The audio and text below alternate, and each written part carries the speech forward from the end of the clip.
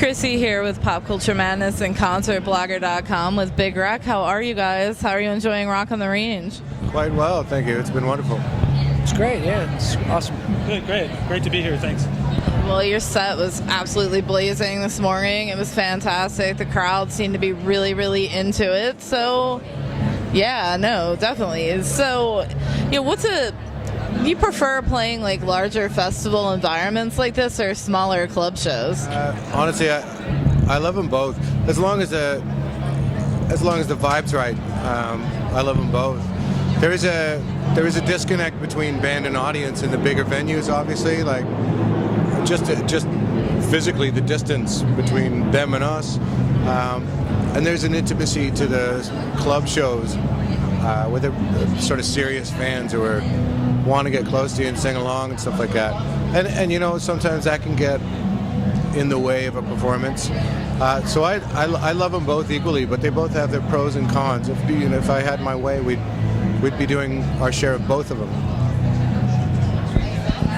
I agree totally. There's a lot of really cool things about things like theaters, places like theaters where you get to really buckle down and really focus on the music, and the fans really tune into the little details.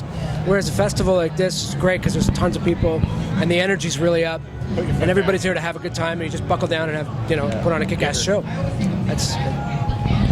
So Albatross has been out for a little while. It's been getting a lot of rotation up in Philadelphia if we're going MMR a lot. Are you happy with the success of that album and that single? What are you guys working on right now? I'm just happy that the record came out down here. I'm very pleased with a lot of the old diehard fans have stayed true and come out, and we've done some shows in the States, smaller club shows, and they're a joy to play because these fans know and love everything you do, and it's a long trip for us, which gets expensive. So the sort of the finances and the way that you tour nowadays, it gets very difficult for us to come down and do it. So just the fact that it's out down here and that people are reacting to it at all is great.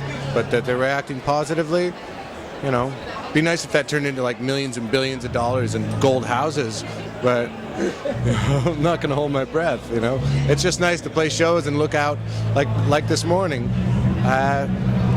Truth be told, it was 12:20. It was afternoon, but it felt like the morning. It was nice to look out and see people singing along like that. At my age, I've been doing this a while, and I can see that from playing in our hometown, and it touches you. But when you see it so far away from home, where that there might not be that much going on for you, and there's people there with T-shirts on and fist pumping and singing along, that's really kind of why you do it, Some guys I know do it for the gold houses, but we don't all get them, I'm always kind of curious. You guys have been within the industry for quite some time now, and you kind of see the way fans, it's almost a different way that they watch shows now, like through cell phone screens and things like that. How do you feel about that? Like, what is it like from your side looking out onto that? Is this a loaded question? Like, have you done any? Okay. I've sort of had a love-hate relationship with that.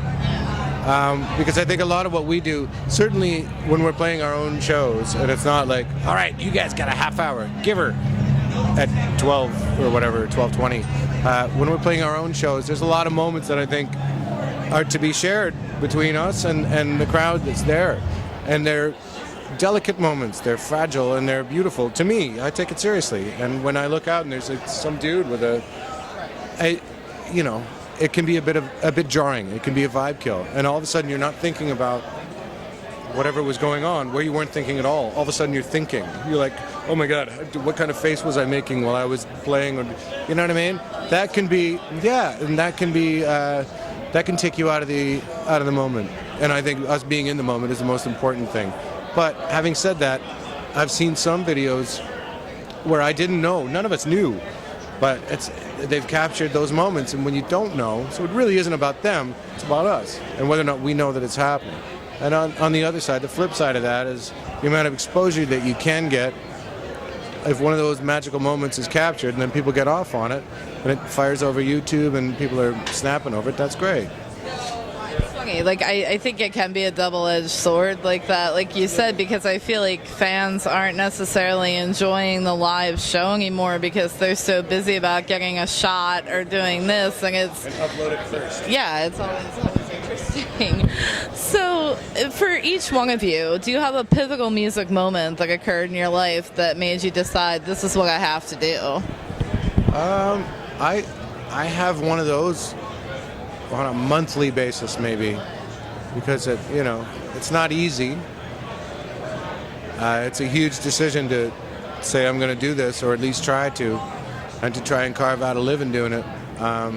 So you have to have one of those beautiful revelations at least I do, every so often. Like, we can come off a stage and just like look at each other and know that it was like, that's why we do this.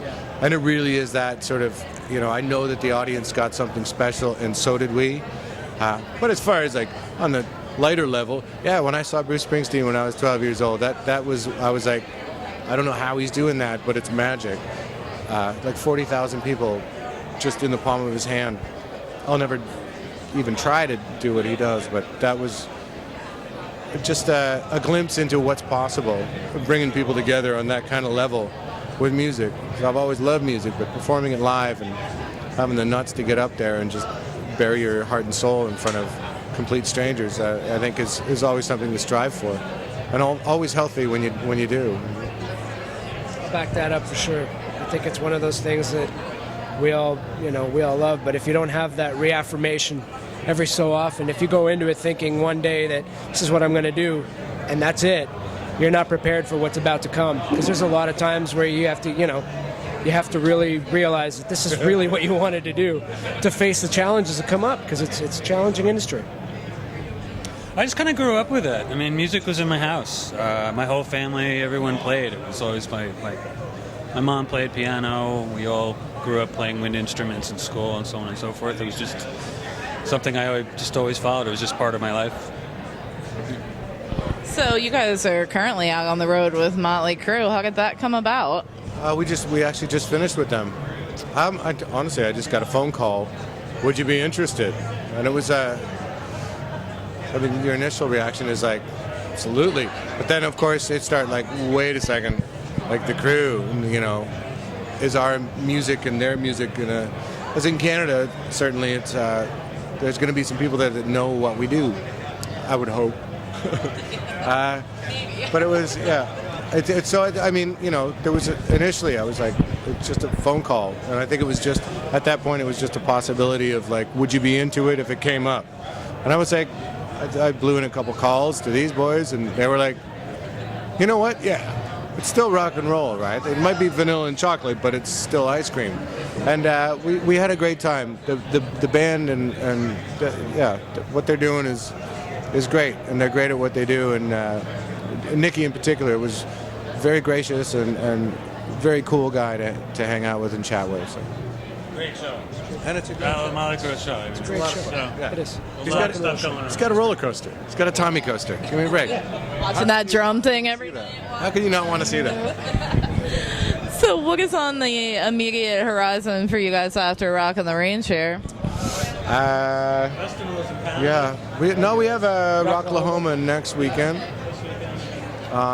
It's pretty much Weekend Warrior, fly in, fly out festival stuff for the rest of the summer, which is great to be invited and to go play shows and stuff, but harder to get into a rhythm. We're the kind of band that likes to get into a night after night kind of rhythm, and the set starts to morph and songs start to grow and do this, and it's harder to do that, but fly in, wham bam, okay. So there's a lot of that for the summer, and then the fall. We've been talking about. We're still sort of holding our breath for another tour.